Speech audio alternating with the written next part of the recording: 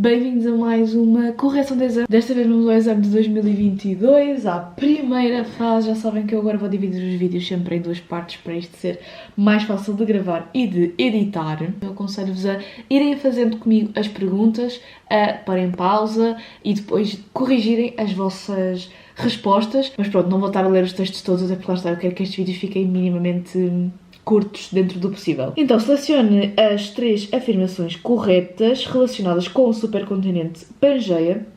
O supercontinente Pangeia formou-se durante o Mesozoico. Vamos procurar então onde é que temos formação do supercontinente Pangeia e temos aqui, não é? Já encontramos. E a formação do supercontinente Pangeia está associada ao final do Paleozoico. Portanto, já percebemos que esta aqui é falsa, não é? A fragmentação da Pangeia teve origem na formação da Bacia do Algarve. Vamos então procurar onde é que está a formação da Bacia do Algarve. Mais uma vez fazer o mesmo raciocínio. Formação da Bacia do Algarve está aqui. A fragmentação do supercontinente levou à formação da Bacia Lusitaniana e à formação da Bacia do Algarve. Logo, esta aqui é verdadeira, ok? Já estão a perceber como é que temos que fazer o raciocínio para chegar aqui às afirmações que estão corretas. Portanto, esta será, eu estou por verdadeiro e falso, mas esta será uma das que nós tínhamos que selecionar.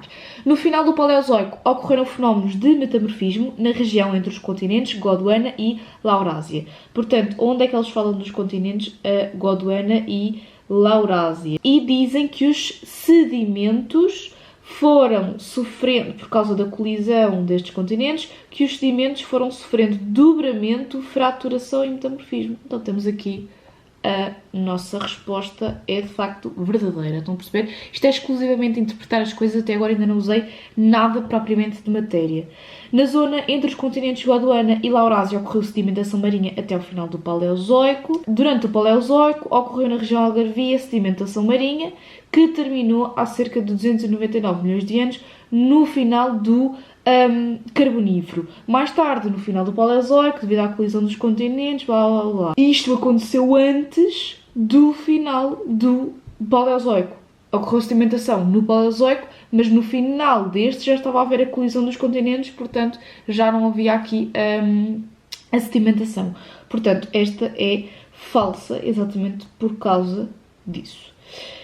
A formação da Pangeia esteve associada à formação de cadeias montanhosas. Se houve colisão dos continentes na formação da Pangeia, sabemos que a colisão entre duas placas continentais, não é, acaba por dar origem a fenómenos de formação de cadeias montanhosas, não é? Aquelas formações orogénicas, também costuma aparecer muito nos exames com este nome. Portanto, de facto, esta afirmação é a verdadeira. Depois, o vulcanismo que ocorreu na Bacia do Algarve há 200 milhões de anos foi, portanto, agora vamos nos focar na parte do texto que fala do vulcanismo da Bacia do Algarve, e o vulcanismo da Bacia do Algarve está onde temos uma fase de rifting intracontinental, ou seja, de um limite divergente entre placas no meio de um continente, onde ocorreu a ascensão do magma que deu origem ao complexo vulcânico sedimentar que aflora entre Sagres e a Vila Real de Santo António. E sobre isto, eles dizem-nos que foi uma etapa inicial do processo que levou à abertura do Oceano Atlântico. De facto, se nós sabemos que a abertura do Oceano Atlântico se deveu exatamente à instalação de um rift dentro de um continente, não é? Porque estamos a falar da fragmentação da Pangeia, que levou à abertura do Oceano Atlântico, não é? De facto, esta parece ser aqui já a opção correta, porque o facto de ser instalado este rifting intercontinental contribuiu para o processo de abertura do Oceano Atlântico. Uma consequência da colisão entre duas placas continentais não faz sentido, porque um rift é um limite divergente e não um limite convergente entre placas, causada pela ascensão de magmas com elevado teor de sílica. Eles dizem-nos aqui que as lavas são essencialmente basálticas, portanto, são essencialmente basálticas, provêm de magmas básicos e não magmas ácidos, portanto, o teor em sílica seria baixo, não é? Porque as lavas são basálticas. E originado pela fusão de rochas da crosta continental. Sabemos que a crosta continental é constituída essencialmente por rochas resultante de magma ácido e não de magma básico, portanto, mais uma vez não, porque as lavas são basálticas, ok? Portanto, também não faria sentido. De facto, aqui a opção A é a opção correta. A deformação que afetou os depósitos de salgema de Loulé esteve associada aos processos tectónicos que levaram, portanto, vamos ver onde é que está aqui a falar do salgema vindo a afetar os depósitos de salgema de Loulé. Ok? Este processo causou as deformações alpinas na Eurásia, ou seja, levou à formação então do que nós conhecemos como sendo os Alpes na Eurásia, e isto acabou por afetar os depósitos de salgema de Loulé. Logo, nós sabemos que isto tem tudo a ver com a movimentação da África, que levou à subdução da litosfera oceânica sobre a Eurásia. A África aqui, nós estamos a ver ao longo do tempo que ela se está a mover para cima, não é? E, portanto, isso causou esta subdução da litosfera oceânica que gerou, então, as deformações alpinas que nós temos na Eurásia. Logo, ao alargamento do Mar de Tétis, na verdade, com o movimento de subida da África, nós estamos a ver o Mar de Tétis a fechar, não é? Aqui ainda está aberto, mas aqui já está fechado, portanto, esta aqui não faz sentido por causa disso. Ao deslocamento do continente africano para sul, nós acabamos de ver que ele se está a mover para norte. A formação das montanhas dos Alpes é exatamente isto, não é? Que nós estivemos a falar. A fragmentação do supercontinente Pangeia. Não, porque a fragmentação do supercontinente Pangeia está associada à instalação de um rift, não é? Está associada a limites divergentes, e aqui já estamos a falar de um limite convergente. Portanto, já não podemos estar a falar da fragmentação de um supercontinente. Também não faz sentido. Nas argilas de São Bartolomeu de Messines foram encontrados ossos estegocéfalos fossilizados. Tratam-se de anfíbios primitivos que viveram no Paleozoico e no início do Mesozoico e que apresentam afinidades anatómicas com os répteis.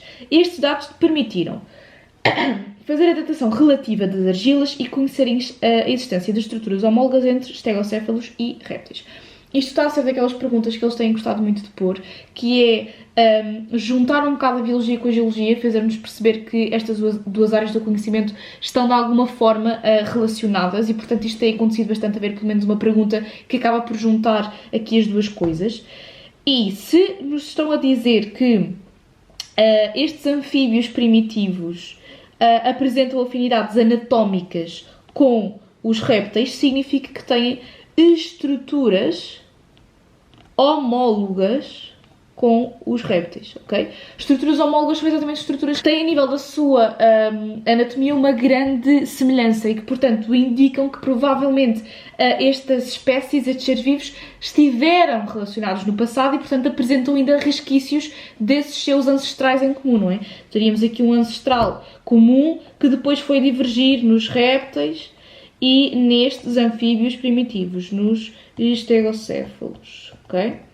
Portanto, eles acabam por ter estruturas homólogas, não é? Isto é o resultado de uma evolução divergente. Porque se fosse convergente, estaríamos na presença de estruturas análogas, que são estruturas que basicamente têm a mesma função, mas a nível da anatomia são completamente diferentes. Portanto, não revelam um ancestral comum entre as duas espécies. No entanto, revelam que as duas espécies sofreram as mesmas pressões para terem estruturas com a mesma função. Por exemplo, as asas com a estrutura de voar ou as barbatanas com a estrutura de nadar, não é? Portanto, isso seria uma evolução convergente que não é verificável ao nível das árvores filogenéticas e, portanto, quando vos aparece uma árvore filogenética, associem logo aqui a sucessivas evoluções divergentes, porque aí estamos um bocado a agrupar as espécies que temos de acordo com os seus ancestrais comuns, não é?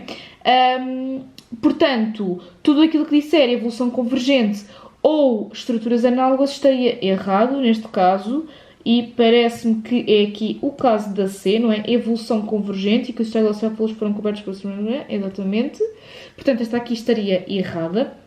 Agora é perceber um bocado o que é que podemos retirar mais das outras. Portanto, fazer a datação relativa das argilas Faz sentido porque estamos a falar de fósseis e os fósseis permitem-nos datar relativamente os sedimentos, as camadas, as rochas que nós encontramos, principalmente rochas sedimentares, não é? Que são as rochas onde nós encontramos mais fósseis. Portanto, faz aqui todo o sentido ser deduzir que os estegocéfalos viveram em meios com elevado hidrodinamismo e que ocorreu evolução divergente. A parte da evolução divergente, de facto, vimos que está correta. No entanto, para a formação de fósseis não pode existir elevado hidrodinamismo, ou seja, não pode haver grande movimento da água. Vocês imaginem na praia, na areia molhada, vocês a fazerem pegadas. A água, se as ondas estiverem muito agitadas, se a corrente estiver muito forte, vai acabar por levar muito mais rapidamente as vossas pegadas. Portanto, obviamente nesse caso nunca fossilizariam, mas com o movimento da água, de certeza que isso não ajuda à fossilização das vossas pegadas. Podem pensar desta forma. Portanto, esta aqui também não faz sentido. Fazer a datação absoluta também não faz grande sentido, porque a datação absoluta baseia-se em processos muito mais químicos certos e não numa datação muito mais relativa, baseada nos fósseis ou então nas estratificações que muitas vezes as rochas sedimentares apresentam, não é? Portanto, aqui também não faz sentido ser AD por causa disso. A datação absoluta está relacionada com a desintegração dos isótopos, portanto é um processo muito mais químico que não tem a ver com o encontrarmos fósseis nas rochas.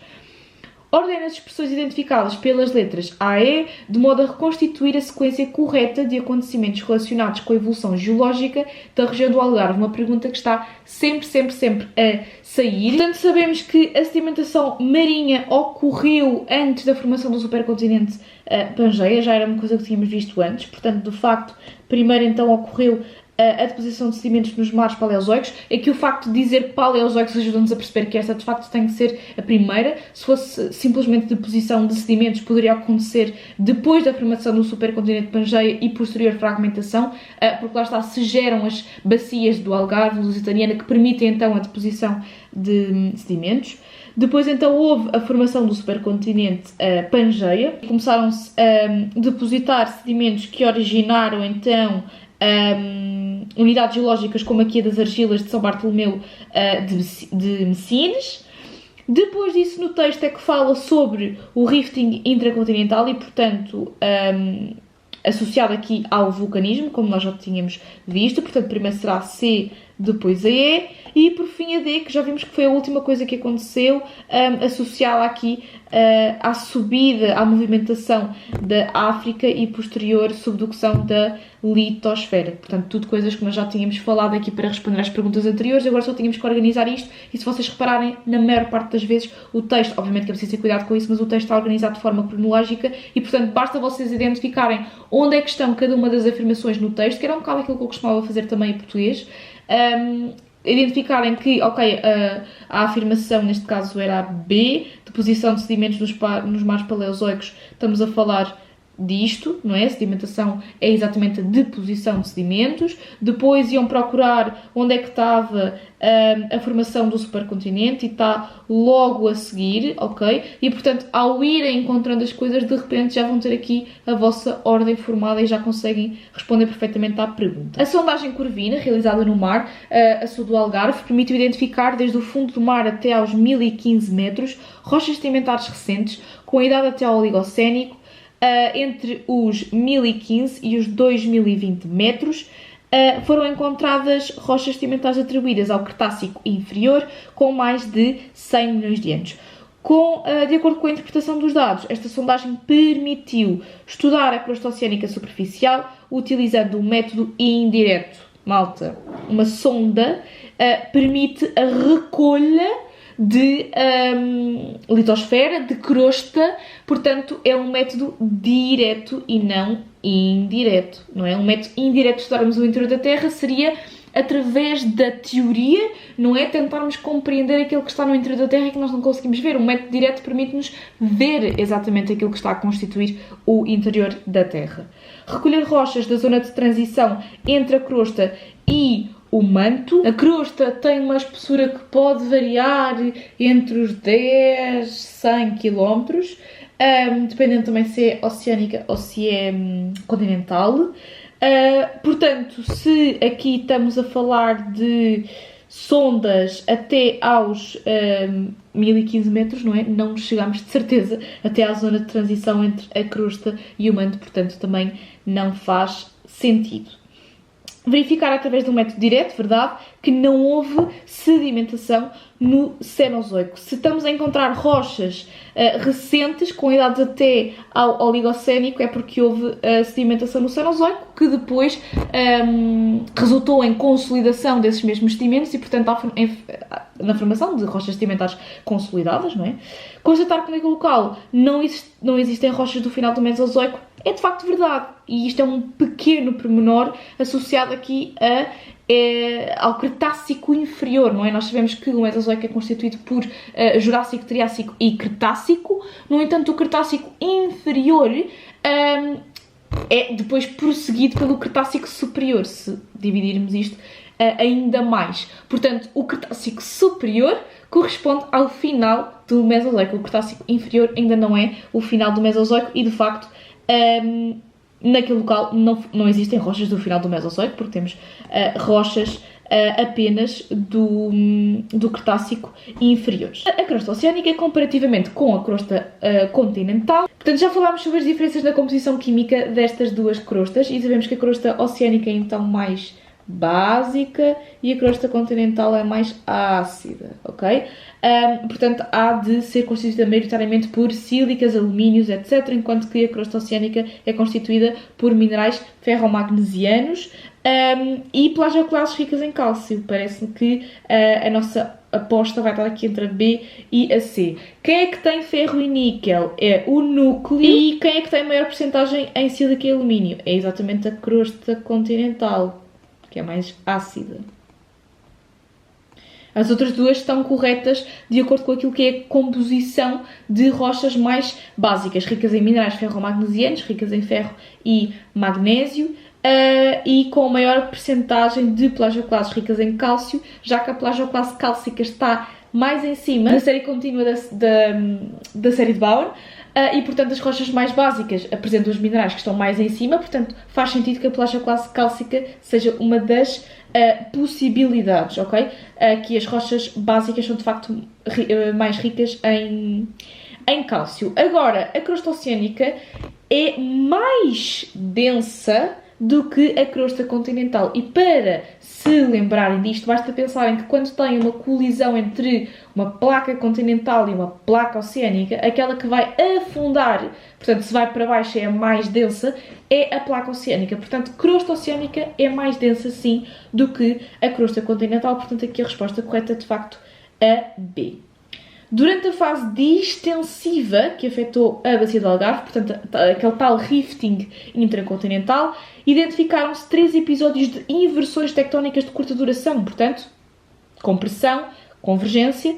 Durante estes episódios compressivos terão havido falhas normais, falhas inversas, levantamento de algumas zonas da bacia, abatimento de algumas zonas da bacia. Portanto, estamos a comprimir, de certeza que não há de haver abatimento de algumas zonas da bacia. Relativamente aqui às falhas normais e às falhas inversas, nós sabemos que as falhas normais são aquelas em que o teto desce em relação ao muro, as falhas inversas são aquelas em que o teto sobe em relação ao muro.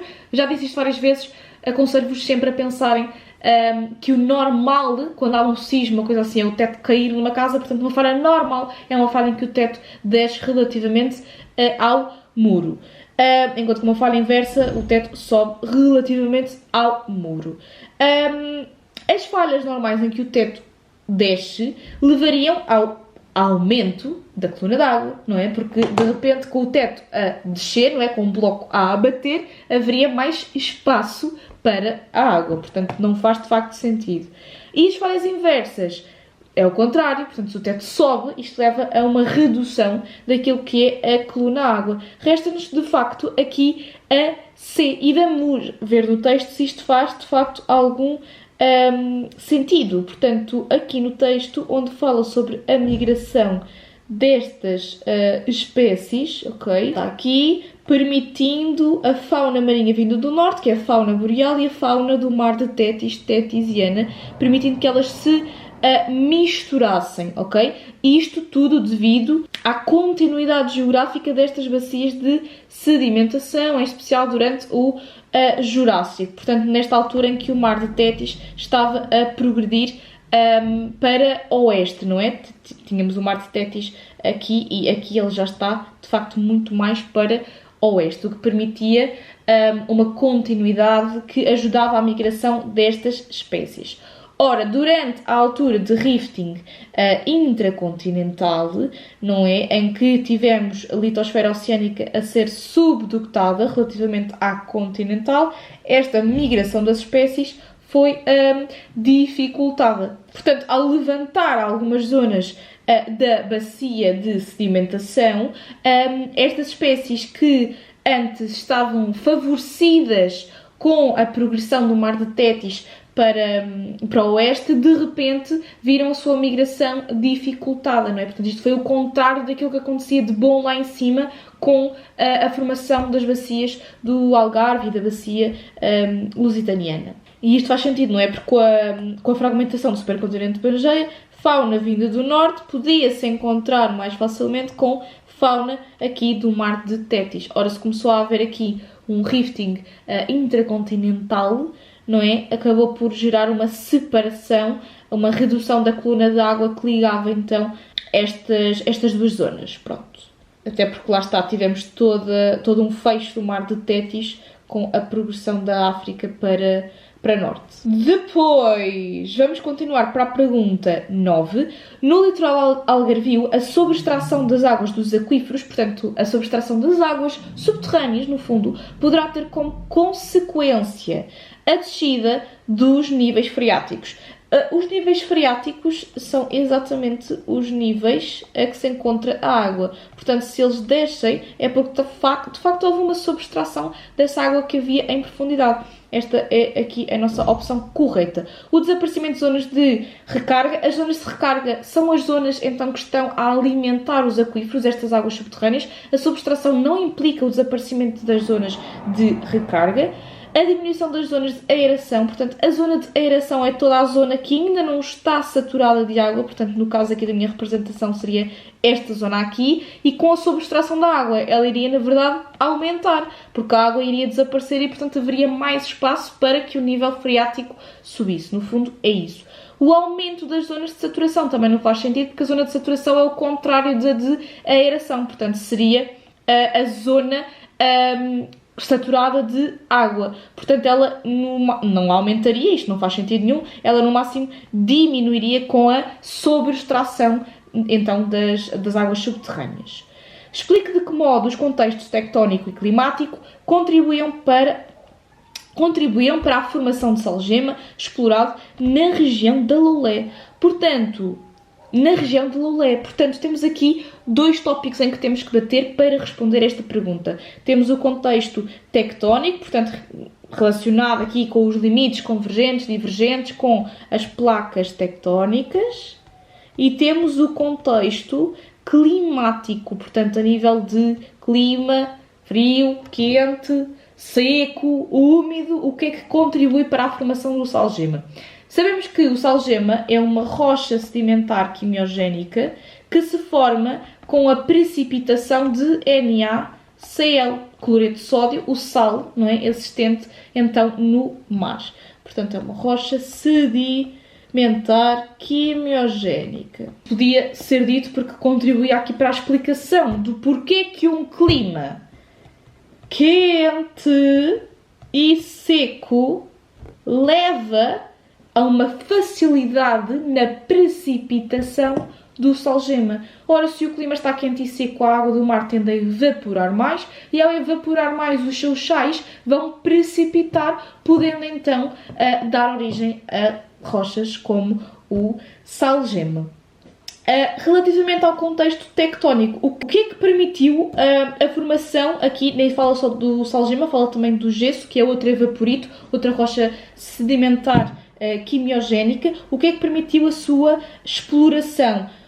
A progressão do Mar de Tétis para oeste, não é? Portanto, todo este movimento que nós tivemos a ver do Mar de Tétis, e isto esteve associado ao afundimento de algumas zonas da região. Portanto, isto tem tudo a ver com a altura da fragmentação do supercontinente de Pangeia. Não nos podemos esquecer que a progressão do Mar de Tétis para o oeste foi exatamente devido à fragmentação generalizada do supercontinente. Logo, o contexto tectónico, não é? O contexto placas tectónicas será a fragmentação da Pangeia, que levou então à progressão do Mar de Tétis. Portanto, se o mar entra mais para a zona ali da bacia do Algarve, permite então a existência de água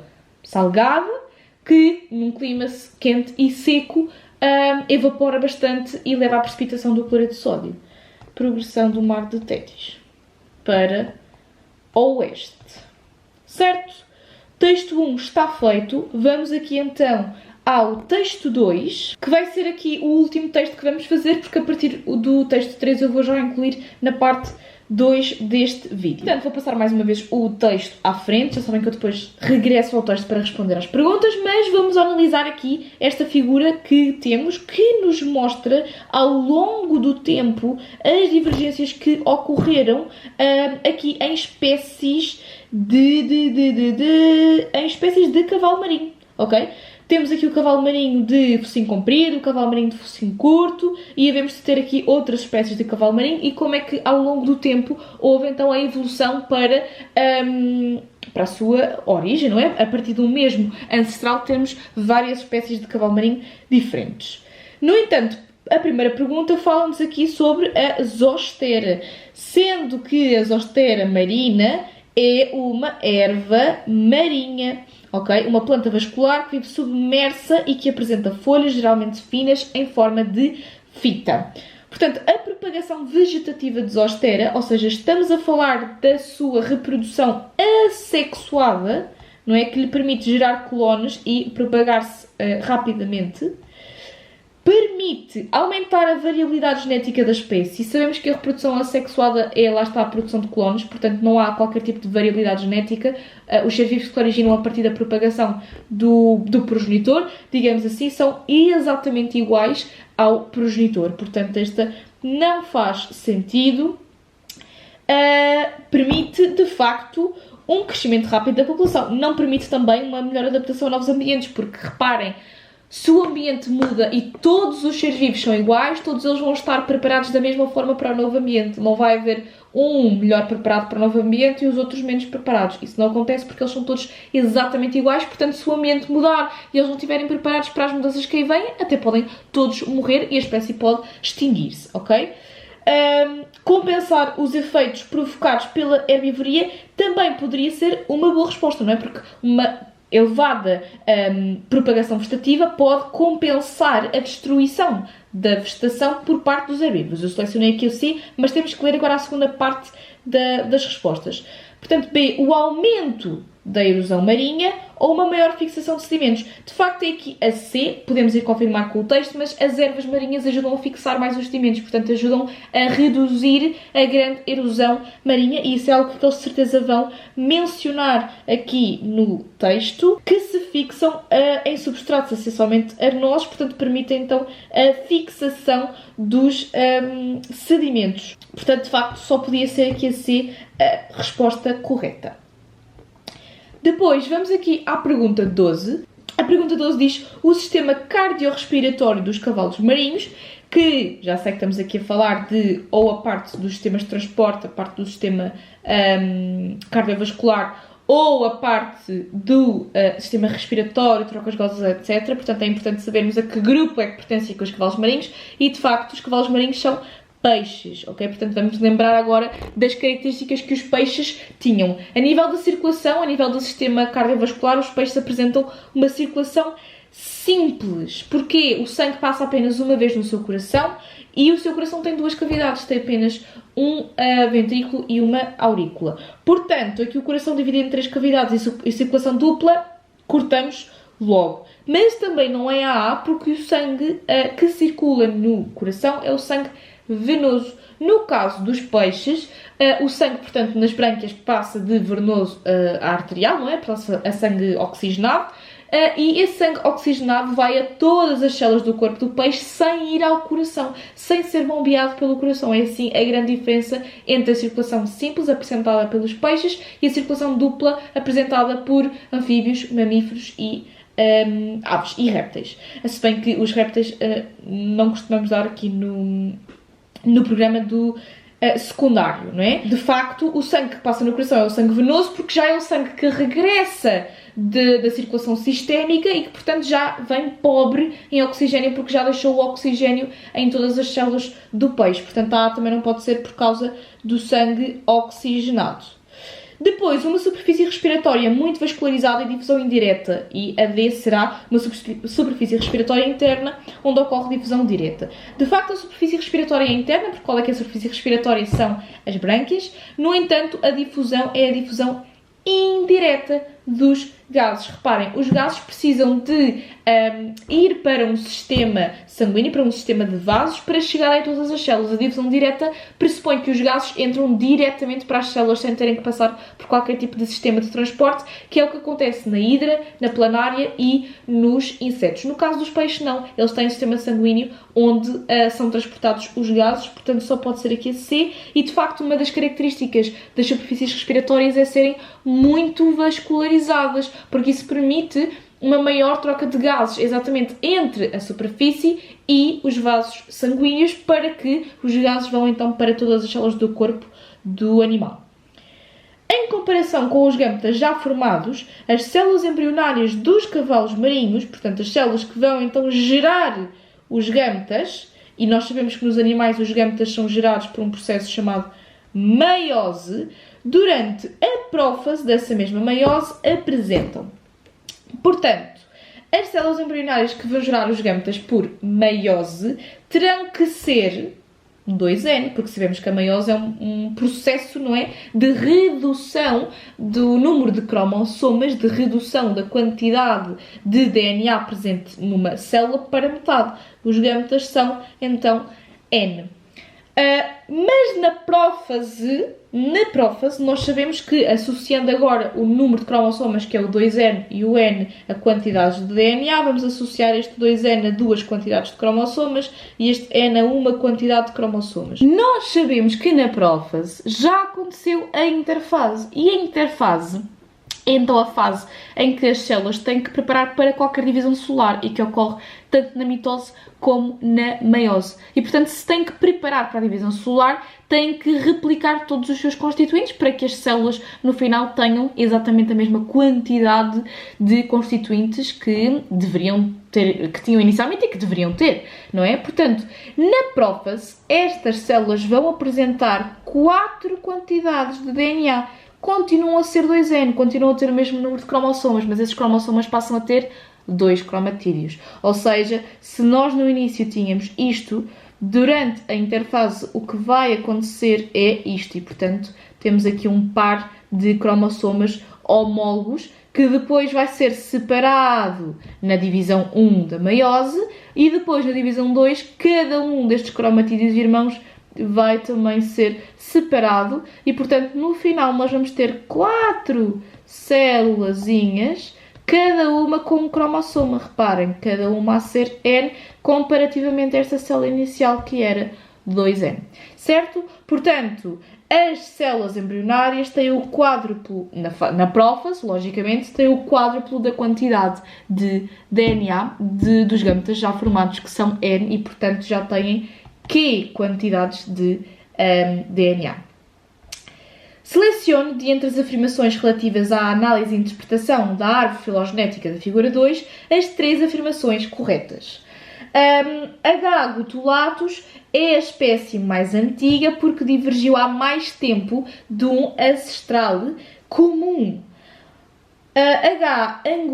gutulatus, desculpem, não é angulatus, gutulatus, de facto é a espécie mais antiga porque divergiu há mais tempo de um ancestral comum. Quais é que são aqui as espécies mais recentes? O Homo erectus e o o Homo erectus. Já estava a assumir que isto somos nós, desculpem, que somos nós não, que é o nosso género, no fundo, os nossos antepassados.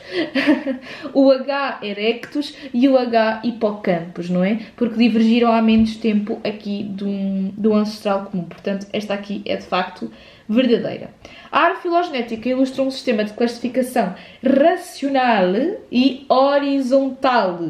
De facto, é um sistema de classificação racional, porque estamos aqui a basear-nos nas divergências ao longo do tempo dos organismos e não uma classificação baseada no interesse dos organismos para o ser humano, e que seria uma classificação mais prática, não é? Em que agrupamos os seres de acordo com são domésticos, são selvagens, esse tipo de coisas. No entanto, não é horizontal, é vertical, porque estamos a falar de árvores filogenéticas e não das semelhanças apresentadas entre os seres vivos, o que seria uma classificação fenética e não filogenética. Portanto, se aqui em vez do tempo nós tivéssemos as semelhanças, não é? Normalmente a nível de percentagens, aí sim tínhamos uma classificação horizontal ou fenética baseada nas aproximações, nas semelhanças entre os seres vivos. É uma classificação que ignora um bocado o registro fóssil e olha simplesmente para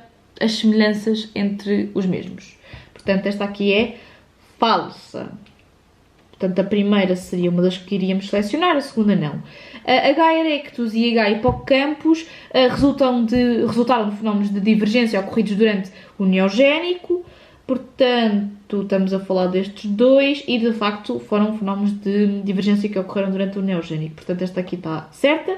H. zosterae e H. erectus podem cruzar-se entre si e originar descendentes férteis. Se não pertencem à mesma espécie, não podem cruzar-se entre si e originar descendentes férteis, não é? Temos o caso aí da mula, não é? Do burro e da égua, não é? Que origina a mula. Portanto, eles até conseguem cruzar-se. Agora, a mula não é fértil, portanto, não são então da mesma espécie. H. hipocampus tem mais semelhanças com H. zosterae do que com H. gutulatus. Sabemos que esta tem que ser a verdadeira, não é? Portanto, H. hipocampus tem mais semelhanças com H. erectus do que H. gutulatus, não é isto? Não, com H. zosterae do que com H. gutulatus. É de facto verdade, porque ele divergiu há menos tempo de H. zosterae, portanto há de ter de facto mais semelhanças com este do que com H. gutulatus. É verdade, sim senhora. Durante os processos de produção de matéria orgânica, estamos a falar de fotossíntese, até porque a seguir vem uma erva marinha, portanto tínhamos a certeza que era fotossíntese, não é? Há outros processos de produção de matéria orgânica, mas o principal é a fotossíntese. Na fase fotoquímica, ou seja, na primeira fase dependente da luz, ocorre fosforilação de moléculas de ATP. As moléculas de ATP já têm 3 grupos fosfato. Portanto, já não vão ser fosforiladas, já não lhes vão adicionar mais grupos fosfato, ok? Isto seria correto se em vez de ATP tivéssemos aqui ADP, porque ao ADP sim é que vamos adicionar um grupo fosfato para formar ATP. Libertação de oxigênio com origem nas moléculas de água. De facto, isto acontece, porque nós sabemos que a luz, para além de oxidar a clorofila e fazê-la perder eletrões, também oxida a água, fazendo-a perder eletrões e fazendo com que ela liberte moléculas de oxigênio. É daqui que vem o oxigênio na fotossíntese. E isto, de facto, acontece na primeira fase, na fase fotoquímica. Oxidação de moléculas de NADP. De facto, vai acontecer alguma coisa às moléculas de NADP, mas não é oxidação, é redução. Okay? Porque vai ser adicionado, obviamente, prótons e eletrões, okay? Provenientes exatamente dos eletrões perdidos pela clorofila por causa da ação da luz, e portanto o NADP vai ser reduzido a NADPH, ok? E não oxidado. Oxidado seria a passagem de NADPH a NADP. Não esquecer que oxidar é perder eletrões, enquanto que reduzir é ganhar eletrões, ok? Fixação de carbono com produção de compostos orgânicos, isto é verdade, mas acontece na fase química. É o ciclo de Calvin, que já é a segunda fase da fotossíntese. Um relatório publicado no dia 17 de 9 de 2021 mostra que a Terra caminha para um aquecimento de 2,7 graus Celsius até ao fim do século, longe do objetivo definido pelo Acordo de Paris, isto é, 1,5 graus Celsius acima dos valores médios da era pré-industrial. Explique de que modo o aumento da temperatura global poderá diminuir o efeito protetor das Ilhas Barreira, alterar o hidrodinamismo do sistema lagunar e comprometer a atividade pescatória da região do Algarve. Quantas coisas é que temos que dizer? 1, ok, 2 e 3. Então vamos tentar ir analisar e perceber como é que o aumento da temperatura global diminui o efeito protetor das Ilhas Barreira, altera o hidrodinamismo e compromete a atividade pescatória nesta região do Algarve. Portanto, vamos olhar aqui para as Ilhas Barreira. Vamos perceber o que é que raio elas fazem. Portanto, as Ilhas Barreira, não é? São ilhas arenosas que separam o quê? O sistema lagunar da Ria Formosa do oceano. Apresenta uma profundidade média de 10 metros. Ok. Ou seja, as Ilhas Barreira separam a Ria Formosa do oceano. O sistema lagunar tem uma profundidade média de 10 metros e é alimentado exclusivamente pela água do mar. E esta pequena profundidade é boa porque gera uma boa penetração da luz e as algas calmas também favorecem a desova, a alimentação e o refúgio de muitas espécies que por ali passam nos seus estádios larvais e juvenis, ou seja, muitos peixes, crustáceos, etc. Portanto, neste parágrafo nós temos um bocado tudo o que precisamos para responder à pergunta. Vamos ver por partes. Porquê que o aquecimento global diminui o efeito protetor das Ilhas Barreira, se elas protegem então a ria do oceano? Aquecimento global vai levar o quê? Ao degelo. Com o gelo, o nível médio das águas do mar sobe. Ao subir, as Ilhas Barreira vão deixar de conseguir proteger a ilha porque a água vai conseguir passar pelas Ilhas Barreira. Okay? E o primeiro ponto está aqui respondido. Se a água deixa de estar condicionada pelas Ilhas Barreira, ela vai conseguir passar para a ria e isto vai alterar o hidrodinamismo, porque de repente vamos ter uma ria muito mais agitada e nós sabemos que é importante a existência de águas calmas para a desova, a alimentação e o refúgio de muitas espécies nos seus estados larvares, espécies essas que provavelmente são comercializadas naquela zona. Portanto, como é que isso altera o hidrodinamismo? Água com mais hidrodinamismo, o que reduz, não é, as espécies larvares, o que por consequentemente, não é, reduz os peixes, ok? E outras espécies comercializáveis a nível de... e que são pescadas, não é? Que são comercializáveis a nível da pesca, portanto também crustáceos, etc. Logo, temos aqui os nossos 3 pontos definidos. Tentar perceber primeiro o que é que a pergunta pede e ir ao texto buscar as informações que necessitamos para responder aqui à pergunta. 0 de matéria. Muitas espécies de aves aquáticas migratórias fazem da Ria Formosa um ponto de paragem, repouso e alimentação destes peixes que nós acabamos de ver. Explique de que forma a penetração da luz no sistema lagunar contribui para a diversidade de relações tróficas existentes na Ria Formosa, fazendo desta um importante ponto de paragem para as aves migratórias antes de retomarem os seus longos trajetos. Portanto, estamos a falar de luz e queremos perceber como é que a luz contribui para a diversidade de relações tróficas. Okay? Então, porquê é que a luz é importante numa cadeia trófica ou numa teia trófica? Porque sem luz não temos o quê? A base da cadeia alimentar. Os produtores. É? Sem os produtores não teríamos os consumidores. Que são quem? Os peixinhos. E sem os peixes não tínhamos as aves. Certo? Portanto, como é que a penetração contribui para a diversidade de relações tróficas? Seria aqui um ponto 1. Fazendo desta um importante ponto de paragem para as aves, seria um ponto 2. Ora, se as aves comem peixes e os peixes deixarem de existir porque não há alimento para os peixes, porque não há produtores, não há a base da cadeia alimentar, não é? Temos aqui uma redução da diversidade de relações tróficas. Certo, então temos aqui a primeira parte da correção do exame de 2022 terminada, ok? Alguma dúvida que tenham relativamente a estas perguntas, deixem aqui abaixo nos comentários. E é isso, vemo-nos no próximo vídeo. Um beijinho e bom estudo!